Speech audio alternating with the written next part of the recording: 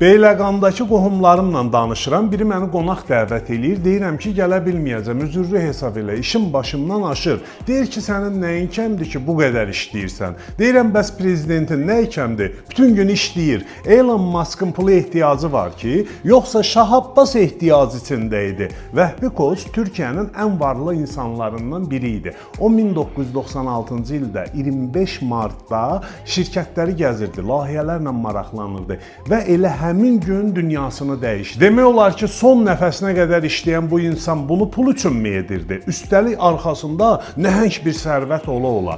Bəs siz necə düşünürsünüz? İnsan ancaq pula görə işləyir. Hər şeydən əvvəl işləyən insan pasiv mövqedən çıxır, aktiv mövqeyə keçir. İşləyən biri sadəcə yaşamır, özünü həyatın içində hiss edir. Çünki insan üçün ən böyük psixoloji ehtiyaclardan biri budur. Mən nəyəsə lazımam. Aristotel xoşbəxtliyi fəaliyyət olaraq görürdü. Freydin fikrincə isə insan sağlamlığının iki əsası var. Sevgi və iş. İş insanın zehninə struktur verir. Səni səhər oyadan, gününü bölüşdürən, diqqətini yönəldən bir sistem yaradır.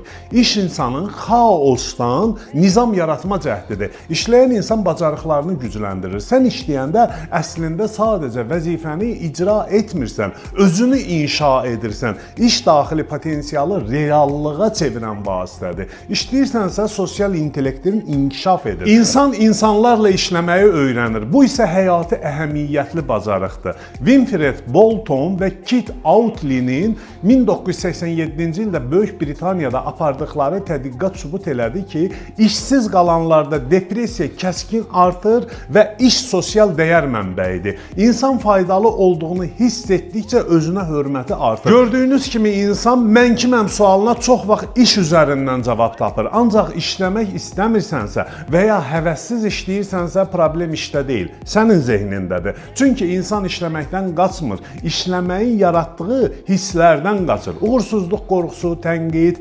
mənasızlıq hissi. Əgər bu mövzu sənə tanışdırsa və işləməyə qarşı daxili müqavimət hiss edirsənsə, bunun səbəbi motivasiya deyil. Bu zehni strukturdur və nat vasitəsilə dəyişmək çox asandır. İnsan zehni su kimidir. Axdıqca təmizlənir, dayanarsa iylənir və bu axını təmin edən işdir. Unutmayın ki, insan işlədiyi üçün yorulmur, mənasız yaşadığı üçün yorulur. Fikirləriniz çox dəyərlidir.